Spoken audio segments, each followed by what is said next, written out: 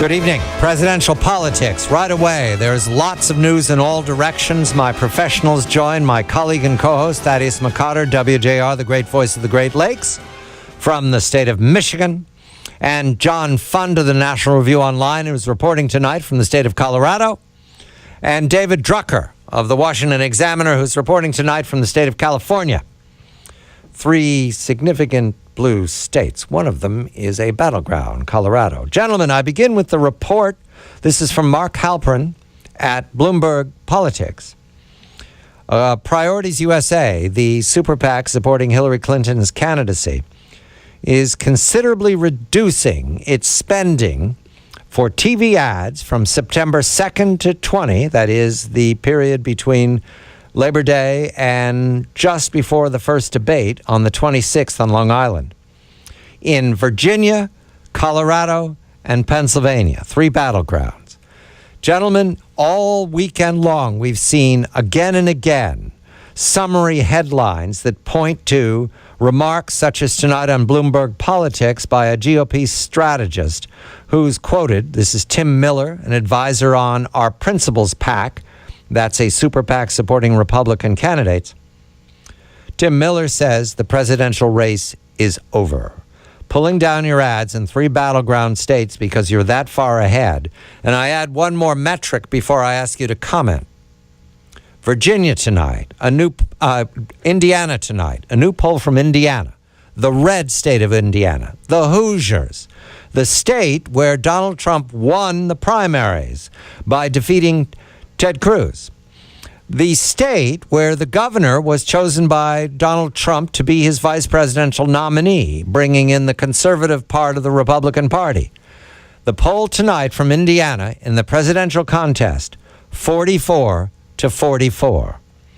Mr. Drucker, I begin with you.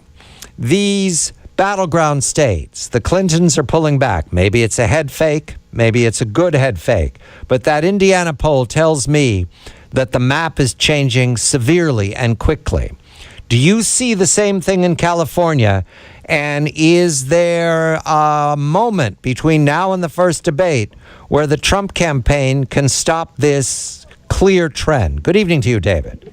Good evening, John. And look, it's my policy as a campaign reporter to never say never, because you just don't know what can happen. And I think with these two candidates, we're dealing with two flawed, unpopular candidates that have a lot of baggage, and that includes for Clinton. It could rear its head in some way, shape, or form, given her private server scandal or other things that could come to light, hacked emails, who knows.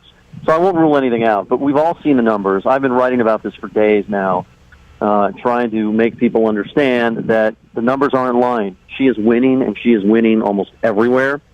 And we've seen the numbers look good for her in non-traditional presidential states for Democrats like Georgia, Arizona, and now Indiana. Other than being won by Obama in 2008, is basically a very red state. She's now ahead in North Carolina. Other than being won by Obama in 2008, it's typically a red state. And so this just looks really good for her. Now, I spoke to Priorities USA, which is the pro-Clinton super PAC. They are pulling down their ads in those three states, Virginia, Colorado, Pennsylvania, between September 2nd and 20th. And then they plan to go back up through Election Day. They're going to divert the money into some other get-out-the-vote and ground game stuff and probably some other things. I don't think they were really giving you the entire story. I think what's important to understand is that you don't, number one, you don't do this if you don't feel very confident about the trend line.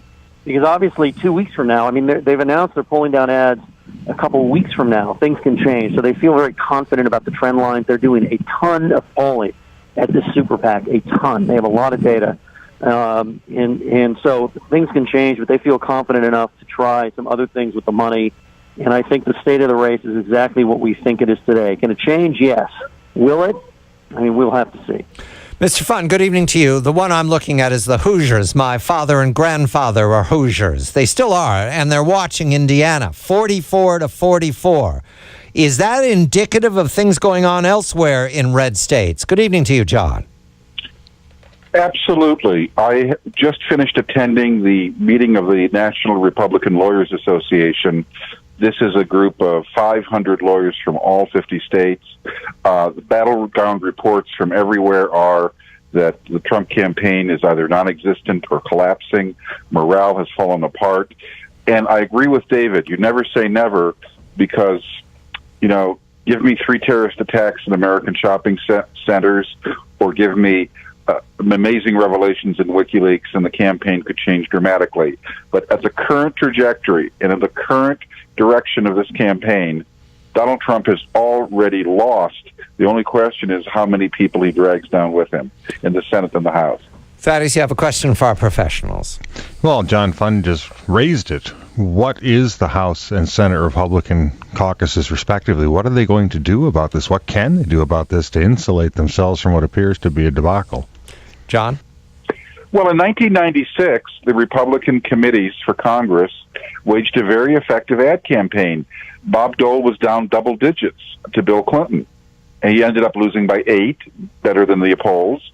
And the Republicans said, you need an insurance policy to check Clinton's monopoly of power. Vote Republican for Senate and the House. And Clinton was also hit with a last-minute scandal regarding campaign finance reform, Johnny Chung, and various Chinese foreign money problems. And the combination of those two allowed the Republicans to keep the House, keep the Senate, and they lived to fight another day. David? Well, at some point, if this continues, they will cut bait, and you'll see the Congressional Committee ads. The Republican Senate Committee and House Committee start to basically run those very ads. And other than that, there is not much they really can do. That is the case that you make, which is Clinton is going to win. Keep us or elect us so that you have divided government and a check on a candidate that you're not all that thrilled about in any event. But one of the sort of difficulties that they have right now is, depending on what state you're in or what district you're in, if you have a significant portion of your voters that you need to turn out for you that are also reasonably to more than reasonably enthusiastic Trump voters, and this could be the case, for instance, for somebody like Marco Rubio in Florida, you have to be a little careful about how you cut bait unless the polling is so overwhelming that it is cut so far into Trump's Republican support that it shows that you have more room in which to separate yourself overtly as opposed to quietly. Gentlemen, it's just 3 weeks since the conventions, and Donald Trump was seen as a very presidential figure when he left Cleveland. Is there a moment that we can say that was it? That's when America turned away from imagining Trump as the 45th president. David? Well, if things don't turn around, I think we'll look at the week immediately after the Democratic convention when Trump decided to go on the warpath against Khazir Khan and his wife. And I think that was something that was recognized as, number one, beyond the pale of what is acceptable, no matter what kind of attack he endured at the Democratic convention from those Gold Star parents, but also signaled to voters a sort of lack of seriousness about what it means to win the presidency and therefore be a president. And it was for a general election audience. This wasn't buried in Republican primary politics. I think that's what we would look back on if this turns out to not change between now and November 8th.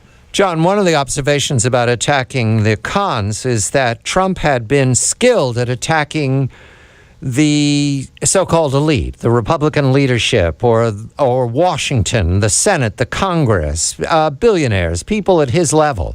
But he attacked ordinary Americans who were talking about their sacrifice. Was that it, John? Did he take on something he can't defeat, which is the American people? John, there were warning signals that Trump, as a bully, didn't know when to stop. Remember when he made exaggerated gestures ridiculing the physical handicaps of a reporter? John, I sat at a dinner table on Saturday night with leading Republican lawyers from around the country, some names you'd even recognize. They concluded, and they're half serious, there are only 2 explanations for this campaign and its failure. One is that Trump is a secret Clinton plant put up by the Hillary and Bill Clinton forces to throw the election, and they were half serious about that. And the other is that he actually is a 13-year-old teenager whom you can't discipline, and he is emotionally 13 years old. He's intellectually 13 years old, and you can't discipline a teenager. And they were serious.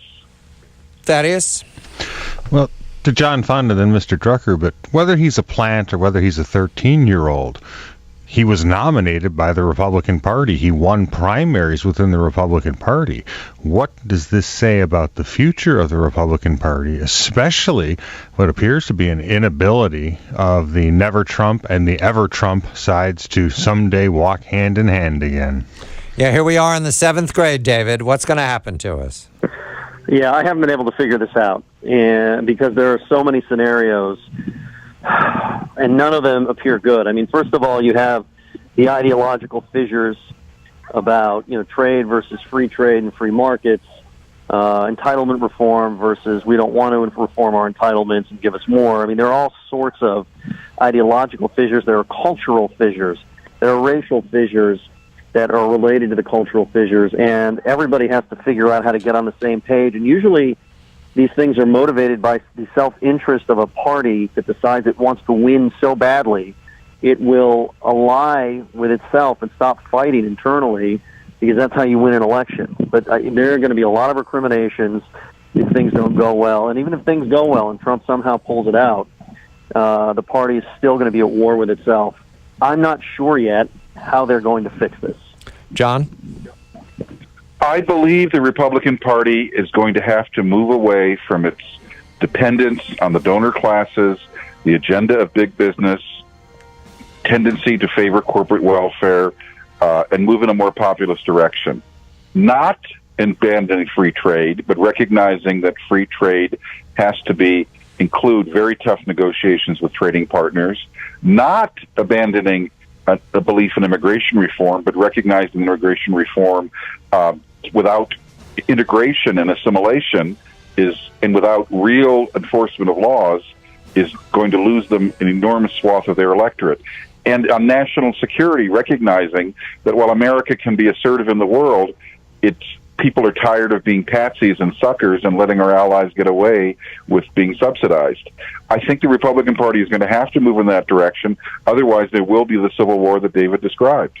John Fund of the National Review Online in Colorado, David Drucker of the Washington Examiner in California, Thaddeus McCotter, WJR, great voice of the Great Lakes in Michigan.